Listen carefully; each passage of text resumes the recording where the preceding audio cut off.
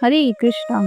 वर्ष भर में आने वाली 24 एकादशियों में से अपरा एकादशी एक अत्यंत दिव्य और पुण्यदायक व्रत है। यह व्रत न केवल पापों का नाश करता है बल्कि वैकुंठ की प्राप्ति का द्वार भी खोलता है।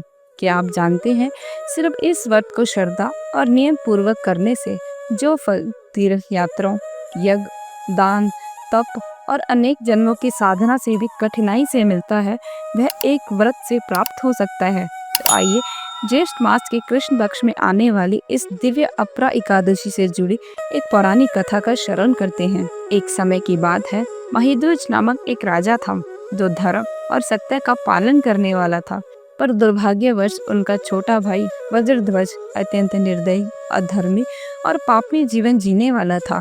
वह अपने बड़े भाई से ईर्ष्या करता था। एक दिन जब महिध्वज सो रहे थे तो उनके छोटे भाई ने उनकी हत्या कर दी और उनके शव को राज्य से बाहर एक पीपल के पेड़ के नीचे गाड़ दिया। हत्या के कारण महिध्वज की आत्मा प्रेत योनि में चली गई और वह उसी पीपल के पेड़ पर वास करने लगी।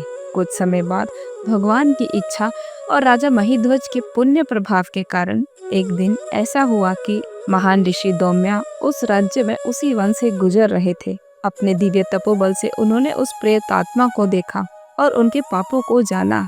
ऋषि को उस पर करुणा आई।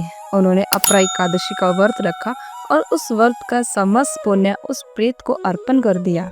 पुण्य के प्रभाव से राजा महिध्वज को प्रेत योनि से मुक्ति मिली और पुष्प विमान आकर महिध्वज को सर्वलोक में ले गए।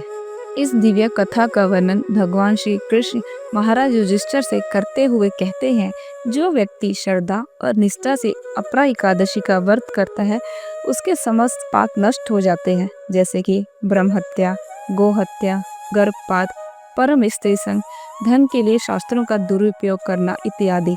भगवान श्री कृष्ण कहते हैं, इतना ही नहीं, इस व्रत को करने वाले व्यक्ति मानो कार्तिक मास में पुष्कर तीर्थ में स्नान करता है, माघ मास में प्रयाग तीर्थ में स्नान करता है, शिवरात्रि पर काशी में भगवान शिव की सेवा करता है, गया में पिंड दान करता है और सूर्य ग्रहण के समय कुरुक्षेत्र में स्नान करता है। यह सभी पुण्य फल केवल अपरा एकादशी का श्रद्धा और नियम पूर्वक पालन करने से प्राप्त हो सकते हैं। अपरा एकादशी वह तीव्र कुल्हाड़ी है जो पाप रूपी वृक्ष को काट देती है, और साथ ही अपरा एकादशी वह तेज सूर्य है जो अज्ञान का अंधकार मिटा देता है। जो भी इस व्रत को श्रद्धा से करता है उसे वैकुंठ धाम की प्राप्ति होती है, और जो केवल इस व्रत की कथा का श्रवण या पठन करता है वह भी सभी पापों से मुक्त होकर भगवान की कृपा का पात्र बनता है। आइए हम सभी इस एकादशी का व्रत श्रद्धा, नियम और भक्ति के साथ करें और अपने जीवन को पवित्र एवं भगवान की कृपा का पात्र बनाएं।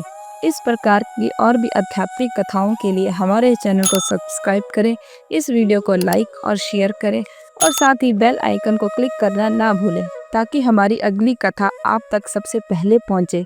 हरे कृष्णा।